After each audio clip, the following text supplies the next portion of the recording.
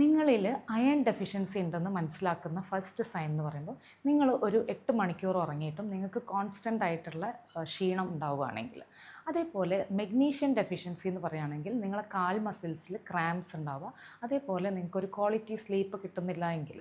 ഇനി protein deficiency ആണെങ്കിൽ നിങ്ങളെ നഖം പെട്ടെന്ന് തന്നെ പൊട്ടാനായിട്ടും അതേപോലെ മുടി തിന്നാവാനായിട്ടും ചാൻസ് ഉണ്ട്.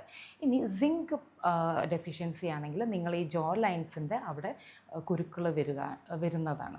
അതേപോലെ വൈറ്റമിൻ B12 ഡെഫിഷ്യൻസി ആണെങ്കിൽ നിങ്ങളെ കൈകളിലും കാലുകളിലൊക്കെ മരപ്പ് അനുഭവപ്പെടും, അല്ലെങ്കിൽ നംനെസ് അനുഭവപ്പെടും.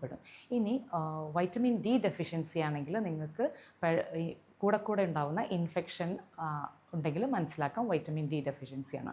omega-3 ഫാറ്റി ആസിഡ് ഡെഫിഷ്യൻസി ഉണ്ടെങ്കിൽ നിങ്ങൾ ഹോർമോണൽ ഇംബാലൻസ് വരാനായിട്ട് ചാൻസ് ഉണ്ട്. അതേപോലെ സ്കിന്നും ഒക്കെ ഡ്രൈ ആയിട്ട് നിൽക്കാനായിട്ടും ചാൻസ് ഉണ്ട്.